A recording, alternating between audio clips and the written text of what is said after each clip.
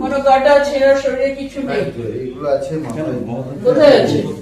এখানে আছে, এই যে গলায় যে মাফলার দিয়ে নখ দিয়ে চিড়েছে নাকি? দেখি এটা দেখান, এটা দেখান। চেপে ধরেছিল, মাফলারটা ধরে ঘষেছে, ঘষেছে মানে এমন চেপে মারার চেষ্টা করেছে। আর এই কপালে আছে। দেখি ওদিকে ছবি তুলবেন না, এখন বাইরে যান, বাইরে যান, একটা ছবি তোলা যায় না, বাইরে যান।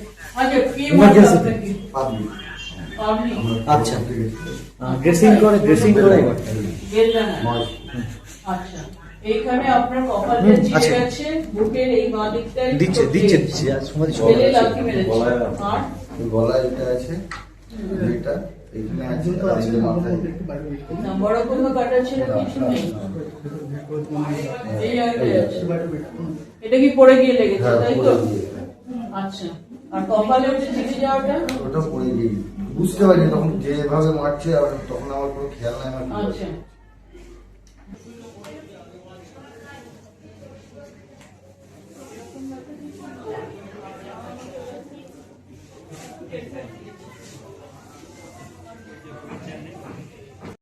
ভালো নাকি? আমি না মানে এদিকে বেরিয়েছি, আমি রাস্তাতেই লাইফটা ফোন করেছি। আমি ওই স্পটে আমি জাস্ট তখন পৌঁছেছি, পৌঁছে যখন দেখলাম এসপি স্যার ওদের সাথে কথা বলছে, তো আমি জাস্ট কথাটা শোনার জন্য ওখানটাতে গেছিলাম কি কনভারসেশনটা হচ্ছে, কারণ আমার তখন লাইভ অলরেডি চলছিল। পৌঁছেছি আর শোনা, তখন আমাকে যখনই বলেছে স্টপ করলো, আমি তখনই ফিরে আসছিলাম। জাস্ট এত মানে সিচুয়েশনটা হয়েছে না, আমি তো কিভাবে বেঁচে এলাম আমি সেটাই বুঝতে পারছি না। আমার যে বেঁচে আসাটাই মানে মানে খুব বড় মানে ইয়ে মনে হচ্ছে, আমি বাঁচলাম কিভাবে ওখান থেকে। মানে একটা ফিমেল তো ন্যাচারালি তাকে মিনিমালি একটা রেসপেক্ট দেওয়ার, আমার তো ফোন নিয়ে নিল, ওরা দেখছে আমার নিল, ক্যামেরা টেবিল সব করে, তখন তো ওটা কিছু ভাবছিলাম না, ভাবছিলাম যে আমাকে প্রাণে বাঁচতে হবে। হ্যাঁ, ফোন আমাদের দুজনের ফোনই নিয়ে নিয়েছে, তো একটা ফোন করে রেস্কিউ হয়েছে। ওর ফোনটা পাওয়া গেছে, ক্যামেরাম্যানের ফোনটা ভেঙে দিচ্ছে, ওর মাথা ফাটিয়ে দিচ্ছে ক্যামেরাম্যানের। না না, আমি অন্য স্পটে ছিলাম, সবাই আমরা তখন ওই অধিক বাড়িতে গেছে। ধর্মীয় মেরুকরণে ফালাফালা হয়ে গিয়েছে রাজ্য তথা দেশ, তবু সংবাদ মাধ্যমই তো এখনো মনুষ্যত্বের প্রচার করে। প্রাণ ও জীবিকায় টান পড়বার ভয়ে ক্ষীণ কণ্ঠে হলেও প্রশ্ন তোলে, কেন মার খায় পরিযায়ীরা, কেন কাজ নেই বাংলায়, কেন স্রেফ বাঙালি বলে প্রাণে মেরে ফেলা আটকাতে পারছে না ভিন রাজ্যের প্রশাসন, নিরাপত্তা দেবে কে? এই প্রশ্নও তোলেন সাংবাদিকরা। কিন্তু আজকের পর প্রশ্ন উঠছে, সাংবাদিকদের মুর্শিদাবাদে নিরাপত্তা দেবে কে?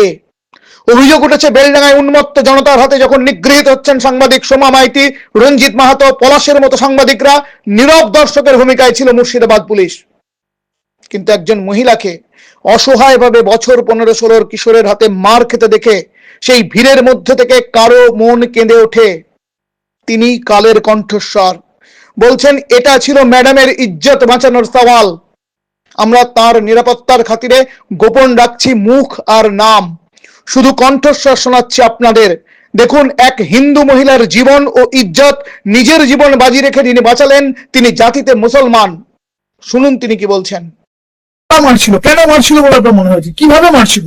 ও ওরা নামার সঙ্গে সঙ্গে বলে মিডিয়ার পেতে দেবো না, যাবি মিডিয়ার পেতে দেবো না, তাহলে মিডিয়াররা চলে আসছে রিটার্ন যে মার ধর, গালাগালি করছে, মানে অফেন্সিভ কথা বলবি না, গালাগালি করবি না।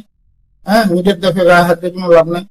হ্যাঁ, মুখ্যমন্ত্রীকে বলবে এ করতে ধাকাইতে ধাকাইতে নিয়ে চলে আসছে। আমি কিন্তু গার্ড দেখতে দেখতে নিয়ে এসছি, 100 মিটার চলে এসছি, তখন ম্যাডামকে লাথিও মেরে ফেলে দিবি। ম্যাডামকে তুলিয়ে এবার আমি হাত চেপে ধরে নিয়ে ধরছি, ধরতে ওয়াকা আবার লাথি মেরে ফেলে দিলে, যে আবার যা হোক বন্ধুত্ব লাথি মেরেছিল। আমি দেখলাম হাত তো মাথাইতে পারবো না, ম্যাডাম খুব ইজ্জত করবে। তারপর দেখছি টুকটুকি দাঁড়িয়েছিল, একটা টুকটুকিতে চাপে নিলে, চাপানোর সঙ্গে সঙ্গে তার চারিদিক থেকে চুল ছেঁড়াছুঁড়ি হয়েছে। আমি তখন 2 টাঙের ভেতরে ভেবে আমি পুরো ওকে গাড়ি দিয়ে মাথা মুন্ডু চেপে ধরে ঠেকিয়ে দিই, আর চারিদিক থেকে ঘুষে আমাকে করছে। আর আমি যথেষ্ট পরিমাণে মাথাচ্ছি, ম্যাডাম হাতের চোর আছে, হাতের চোর থেকে ছিঁড়ে কেটে দিয়েছি, যাই হোক মাথাচ্ছি, আল্লাহ ভালো হয়েছে। ঠিক আছে, বেশি রিটার্ন আসতে পারে। তো হচ্ছে যারা বুদ্ধিমান ছিল তারা কি মারবে?